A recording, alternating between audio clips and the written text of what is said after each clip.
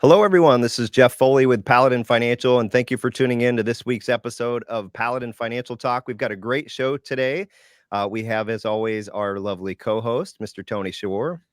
Great to be here. Thanks, Jeff. Yes. I'm excited about our show today. We have a huge guest. Yes, we do. He's very tall, very tall. We're excited to have. I'll introduce Phil here in a moment. Since you brought that up, so Mr. Phil Vogel here. Phil and I have known each other for almost 20 years now. Hard to fathom that. But Wow. Phil hails to us from Nebraska. And we've had a long relationship, but what Phil does is he is a consultant for financial advisors and their clients throughout the country and specializes in a couple of the topics that we're going to dig into a little bit here today, which are buy-sell agreements and premium finance cases. And we'll talk about exactly what those are. But for most of our clients are individual retirees, pre-retirees. Today is going to be focused on people that have their own business or are contemplating setting up a business and some of the complexities that come about with that and succession planning and making sure you have a good system, a good structure in place if you're no longer here or something bad happens that we'll talk about. So Phil, welcome to the show. First time guest for us. We appreciate you taking some time out of your schedule and joining us. And how's the weather in Nebraska today? It is spectacular, and thanks to both of you for having me. But we've got 79 degrees and a little bit of breeze today, so excellent. Kind of days we wait for, That's right. Yeah, it's been a beautiful summer thus far. So we'll jump in. Before we do that, wanted to share kind of a family update. So in our driveway, we have one of those adjustable basketball hoops, and lowered it last night. Lex and I were out. Lex is now 5. Out shooting hoops, and taught her, not to offend anyone that might be a grandmother, but taught her how to shoot the ball granny style. And she made her first basket. So she was very excited about that. Wow. Congratulations. And, that's fun. Thank you. I threaded the needle. I happened to be recording it and got her first basket on there. That's awesome. Maybe she'll be the next Caitlin Clark there, and pretty exciting. And then Jax is now 9 years old, and recently... Yeah. Good luck with that. I know. Yeah. 9 going on 14.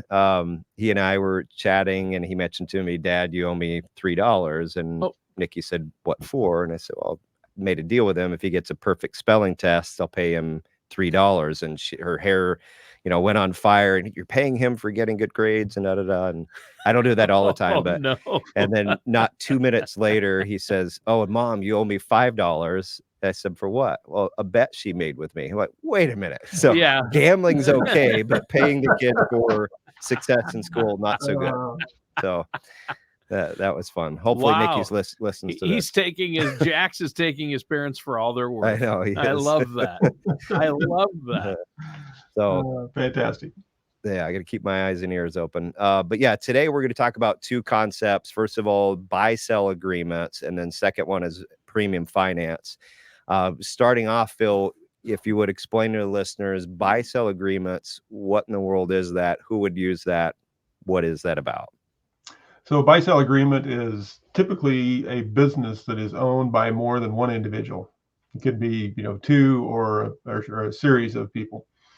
And what a buy-sell agreement is it's an agreement, a written agreement between those parties as to what's going to happen to the ownership of the business if in fact something happens to one of them or multiple. It could be multiple owners that something would happen in an accident or something like that.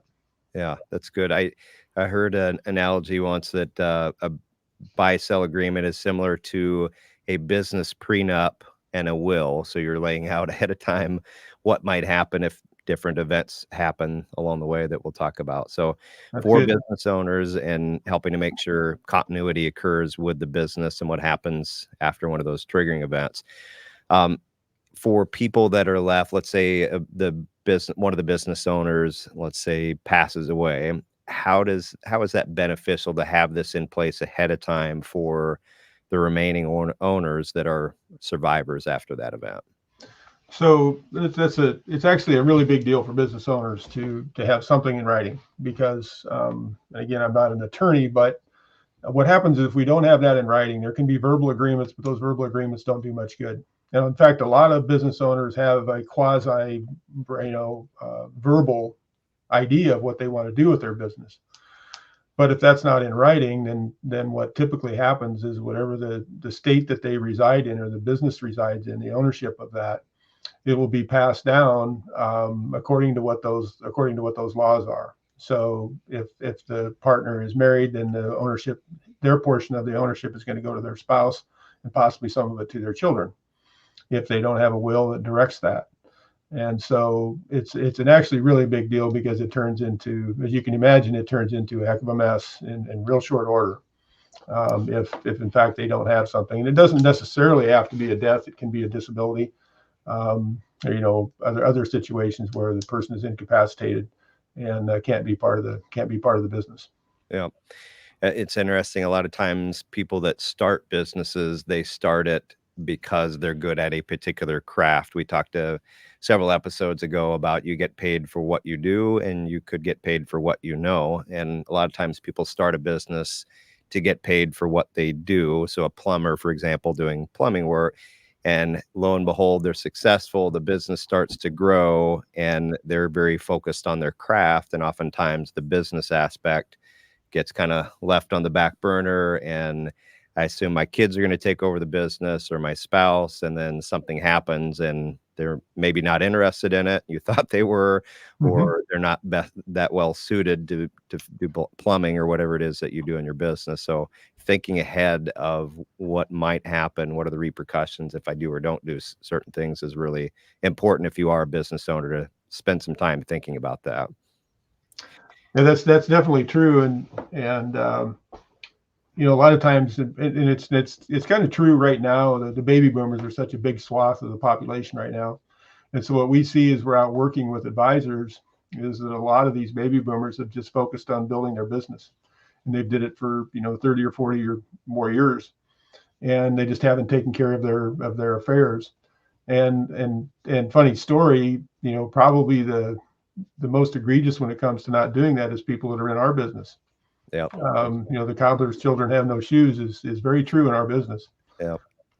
So we've worked with some advisors and actually to do that, but we just get so focused on it, and then, or the other thing that kind of happens along that line, again, it's the verbal buy-sell agreement, that type of thing, but it's also I did one of those 20 years ago when I updated my will because I was going on a trip somewhere and haven't looked at it since then. And you might find out that one of the owners in the business might not even be there anymore. And so these agreements should be a living agreement. It should be reviewed probably annually, that type of thing. Yep. Yeah. It's with our individual clients, retirees, pre-retirees, one of the most common things that we hassle them, for lack of a better term, about professionally hassle, is to get estate planning documents in place, or they might be missing certain ones, or they're 20, 30 years old and life has changed since then. And kind of even harder than that is take someone who is a business owner. It's one of those things that's really easy to push off, in part because we don't want to think about our demise or us becoming disabled or any other things that might be lurking out there. But it is so important.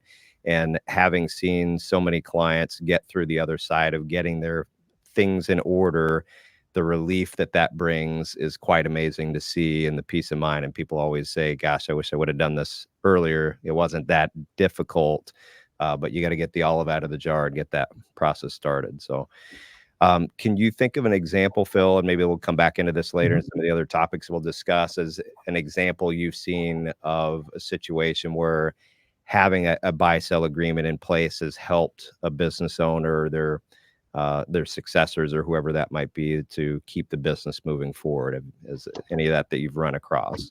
Yeah, I mean, there's multiple things throughout my career. I don't know if it's good or bad. I've been at this for 39 years now. And the reason I bring that up is that the buy-sell issue has been around for a very long period of time. And when I was first in the business, I don't know exactly how I got involved in this case, but we had a bank, a small town bank in Nebraska here. And it was dad had passed away.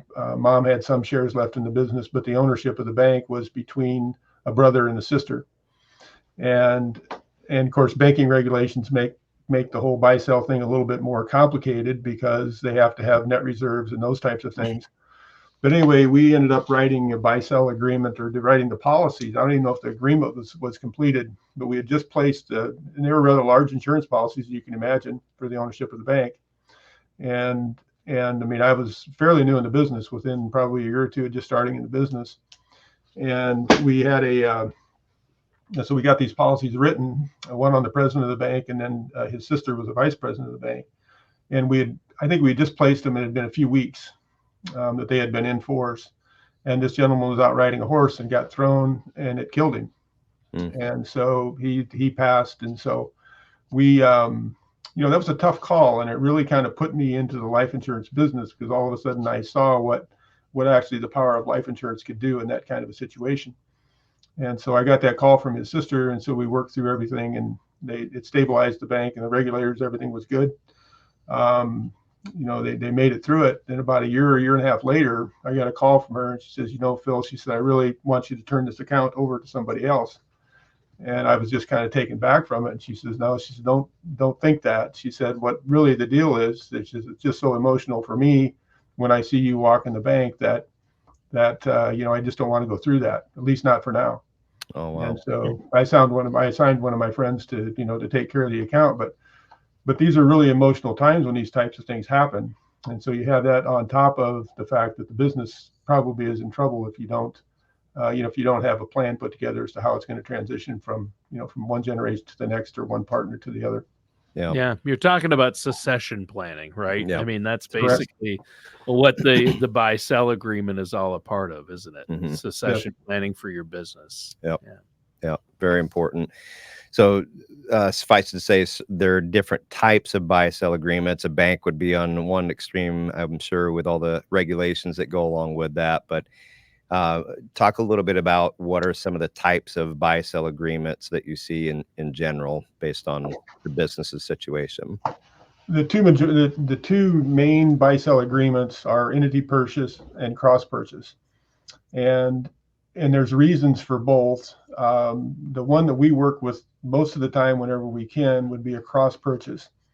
And so what that means is that if there's two of us in a business, so Jeff, if you and I are in a business together, what we're going to do is I'm going to own a policy on your life for whatever my portion of the value of the business is currently, and you would own a policy on my life to that effect.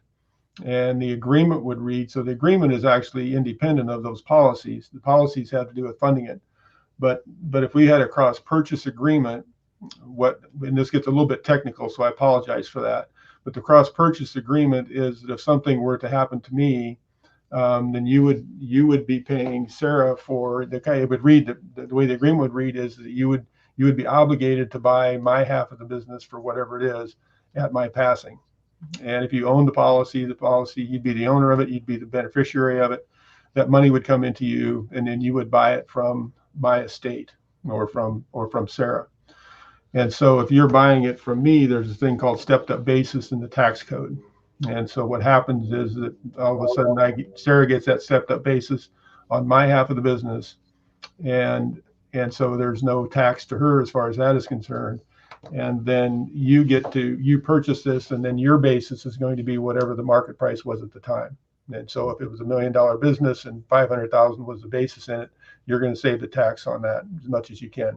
So we like to use that, and this isn't all inclusive to the whole conversation, but we like to use cross purchase whenever we can. But let's say we have a business that has 10 employees, or excuse me, 10 owners. If we have 10 owners, then it gets almost impossible to write that many policies, because I would need to own policies on 9 partners, and the next one would need to own 9. So it gets to be, it's real cumbersome. And so what we do then is we'll set up, we'll typically have an entity purchase at that point, where the business would buy my shares back into the business, and everybody else's shares would change proportionally. Those are the two main ones. There's a thing called an own your own buy sell. There's a wait and see buy sell. Those are really more specialty ones. But the first two catch, high 90% of the cases that they're the buy sell agreements that are actually written. Yeah. And going back to one of the comments earlier, is you have to keep these things updated. If you set that up and the business is worth $500,000, 7-8 years goes by and it's now worth $3 million, a life insurance policy that would cover a $500,000 or or really $250,000 purchase is no longer sufficient. So just like anything else, you get that in place. You've got to make sure you're keeping that up to date along the way. That's good. What are some of the key elements that you see, Phil, that people need to be aware of that happen within that buy-sell agreement, kind of the moving parts within that? Sure. There has to be some type of a triggering agreement. And so what that means is what has to happen before this buy-sell contract, it is a contract, is, they have to perform on it. And so the gist, a death is pretty clear cut. That's one of them. And so if there is a death, okay, then that's going to set into a series of events of things that are in there. And that, again, it's referred to as different things, but a triggering event would be the way that I would word that. And that could be, other areas where there, say, was a disability. So say a person was, completely disabled, but was still alive, so how do we deal with that? And we can get into that as we move forward. That's a pretty big deal. Or if they're, they did something wrong and if they had a gross negligence issue would be another one. They could have set up to where that would force the sale. If they did something, maybe they're going to jail. We hope that's not the case, but that kind of thing. So there can be agreements there, that you have to, not have those things happen in order for the partner to have to be forced to do that. Yeah. Going back to your bank example, let's say, the parent that owned the bank, if they were convicted of some crime, that might be a triggering event in the agreement that would force the sale, for them to be able to get out of that situation. The bank can continue. So yeah, a number of moving parts. So it really has to be customized based on the person's situation, ownership. What are the different triggering events that need to be considered? We've talked about life insurance, but why is life insurance in this conversation? Why is that used as a tool in this process? So life insurance is really key. And if I had to take my choice between having the funding vehicle set up and actually having the agreement, if I had to choose between the two of them, I would always choose the funding first. I ran into situations, and you wouldn't think this would be the case, but I ran into multiple situations throughout the years where the agreement was written and signed, and there was no mechanism to fund it. So if I have a $2 million business and you and I each own $1 million of it, and I passed away today, you would have to write my widow a check for $1 million at whatever that triggering time is. Mm-hmm. So the only way that we can ensure that that money is available to you, that it may bankrupt the whole situation. The only way we can ensure that is if you had a life insurance policy that would pay on my life, that would pay you, it would provide you the $1 million or a portion of it, maybe you fit 500,000 and the rest of it, you do over time or something like that. But the ability to fund that buyout is critical at that time, because you don't want to bankrupt a partner, because that doesn't do anybody any good, to have that happen.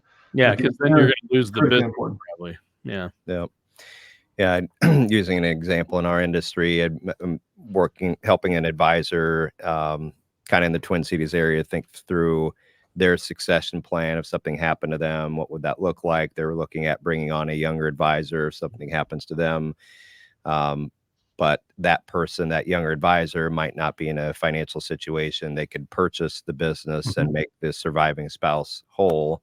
So the life insurance enables leverage, and it could also then have a cash value that builds up over time that could be used for different purposes. So many moving parts in there. Who owns the policy? What are the options to use those assets? What if that person that owns the policy decides they want to leave the firm? Who gets to keep the policy? So a lot of that has to be wired in together, both between the buy-sell agreement and the life insurance policy and how that's structured and the ownership. So a lot to unpack there. So again, if you're a business owner and this is something you don't have in place, you haven't looked at this, Phil, talk a little bit about this is part of legal agreement, part using the funding vehicle, potentially through life insurance. So there needs to be coordination between an attorney and someone like yourself, a financial advisor, and the business owner, and throw in their CPA there as well. So there's at least 5 moving parties to that process. What does that typically look like, and how does that unfold in your experience? So I've worked at this a lot of different ways over the years, and where we've kind of settled in the last few years is to just have a specialist that we work with, probably somebody in our industry, in the financial services industry. It can be the attorney can take the lead on it, the CPA can. I've seen all of that, but it really is a specialized field to get this drafted. And most times, we're dealing with businesses that get into the estate planning arena, meaning that there's, we need to consider that also as we're putting together the buy-sell agreement. And so we found that using a specialist, because I understand it and I get it and I can do that part of it, but I really kind of want to stay in my lane. And so we found that using a specialist to actually come in and coordinate or quarterback. So they work with the owners, and they say, okay, here's everything. Here's the set of facts that we have. What is the best way for us to move forward? And then they get a consent to share agreement with all the related parties, and everybody is involved at that point. Because like you said, we have to have the attorney, we have to have the tax folks involved. We have to have, maybe a business committee set up for the business if something were to happen to one of the owners. Yeah. Those types of things. And so there's many different ways of doing it. We found that one to be a very effective way, particularly on larger businesses, because it does all become one thing when we start talking about estates that maybe are fairly substantial getting into the estate tax range.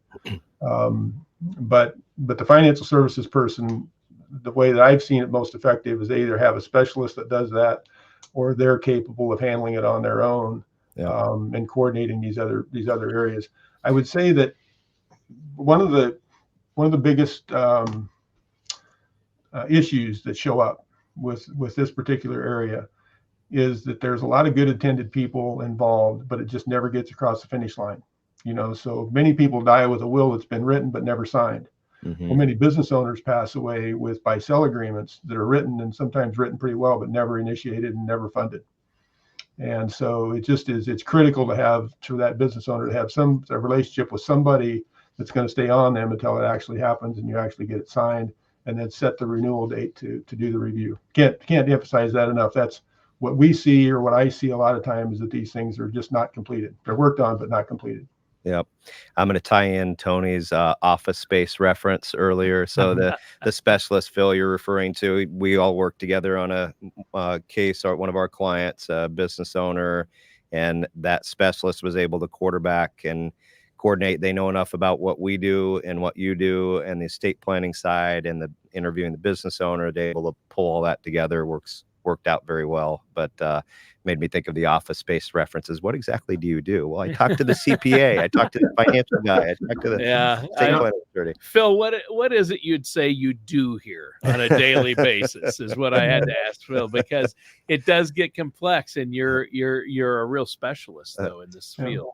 Before we pivot off of buy-sell agreements, most important question before we talk about premium finances, Tony, is what is your favorite aspect of buy-sell agreements? My favorite aspect? I know. Wow. We have a limit on time, too. I love the fact that I can use insurance, even though I have to pay for that policy, to know I'm covered if I want to buy out my co-owner's business. I'm covered. I don't have to worry about it, and that the tax implications can be handled, and that there are specialists that exist that can help with that. And I think you're right, though. So many people die without, or leave a business, or they want to retire next year, but they have no succession plan in place. And this buy-sell agreement is very helpful. Yeah. That's good. Yeah. That's a really good answer. Well, there's no pizza involved. I was trying to think of an answer that involved pizza, because that's what I'm all about. But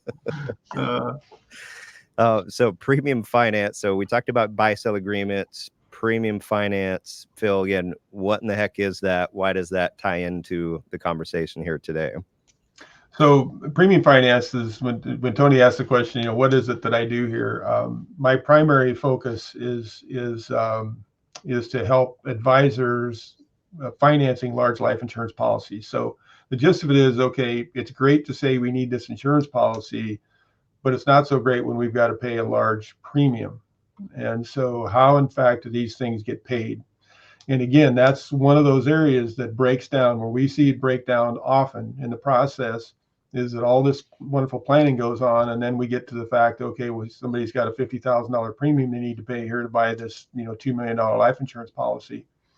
And well, I don't want to pay for it. Who's going to pay for it? And so the process bogs down and oftentimes does not get funded because of that. Mm-hmm. So my team and the people that I work with, we specialize in what's referred to as premium financing. And so just Jeff had brought up an example about where we had a gentleman that had built a business and now wants to pass it on to the next generation.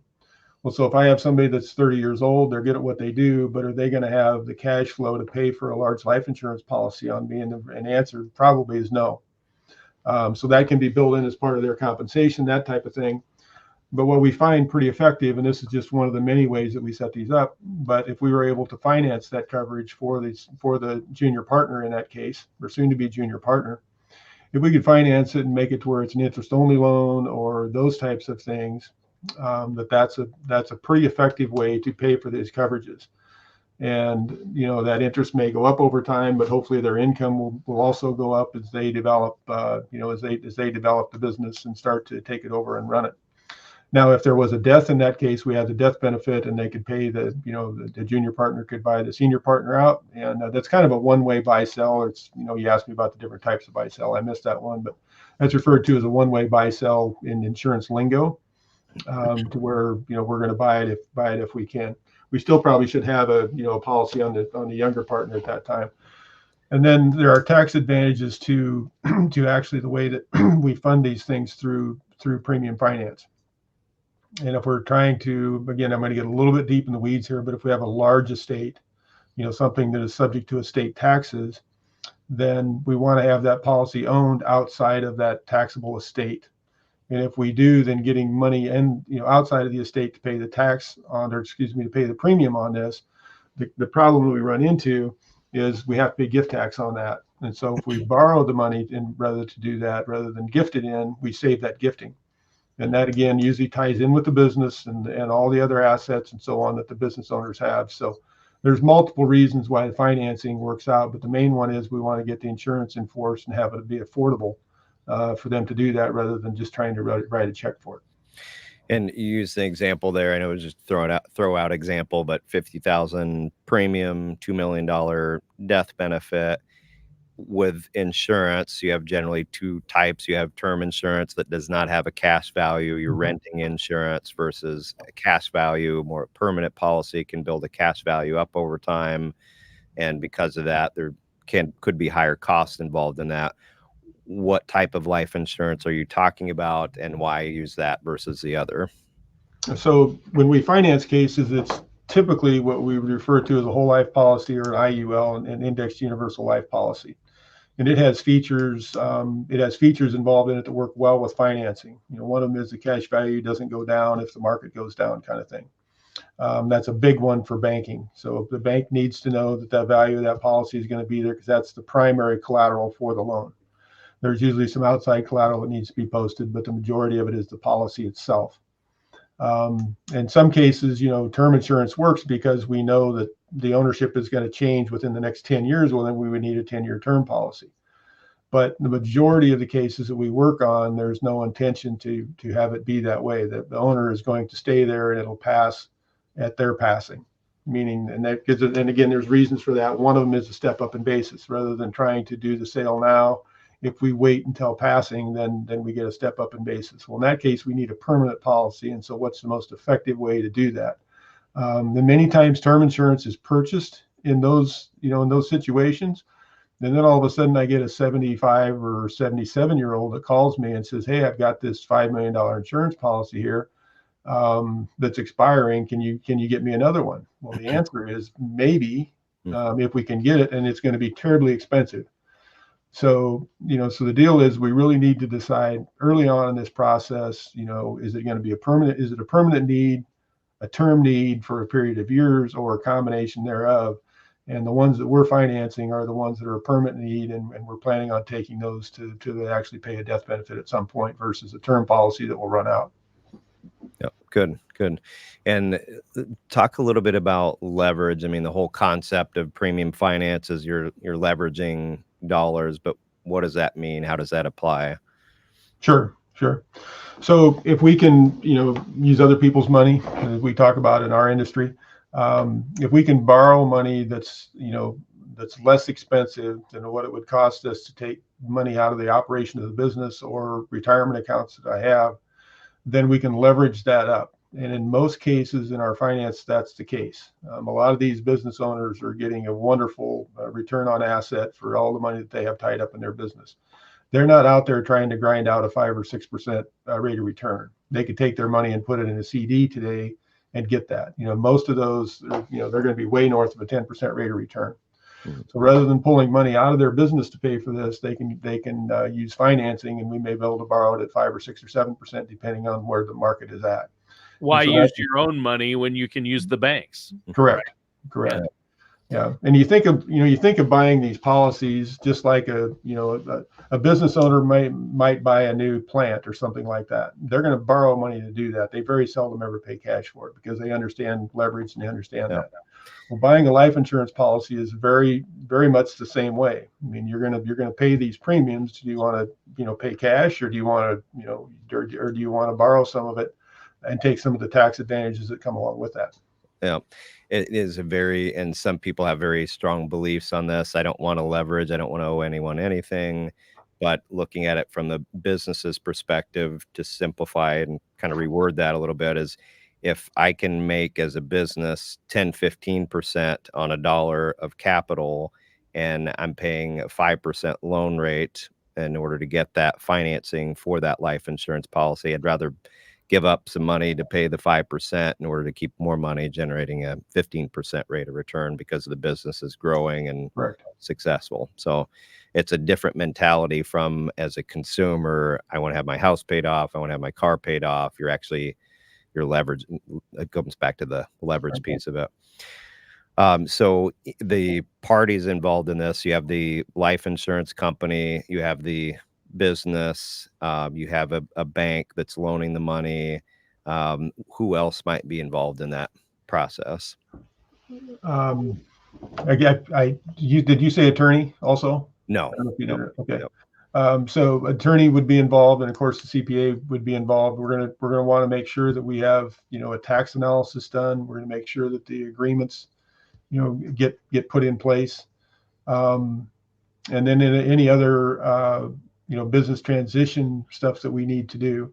If there's going to be a trust involved, okay, do we know who the trustees are going to be? Do we know who the trust protector committee might be? Those types of things. So we want to identify all of that early on. Mm-hmm. One thing that shows up in buy-sells is that if there's family members that the buy-sell is involved in, then there may be some restrictions. I'm getting a little bit off topic here, but there may be some restrictions as to who can actually be an owner.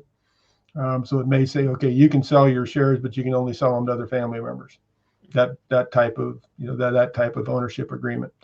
And so you'll have their counsel, then you might have separate counsel, for the different parties as to representing how they want to put the whole thing together. Yep. Good. Can you think of an example of some situation you've worked on where premium financing, what that did for the business and kind of how that worked out for them? Yeah, we've had multiple cases. I mean, it's been this way ever since I started doing premium finance years ago. But we've had multiple cases, even just this year, of where they probably would not have bought the coverage if it wasn't for financing. And one case in particular that I'm thinking about, it's a rather large case in the Southwest here, and they're constantly growing their business, and so they're building new facilities all the time, and they know what their return on assets, is to a penny of what their capital costs them.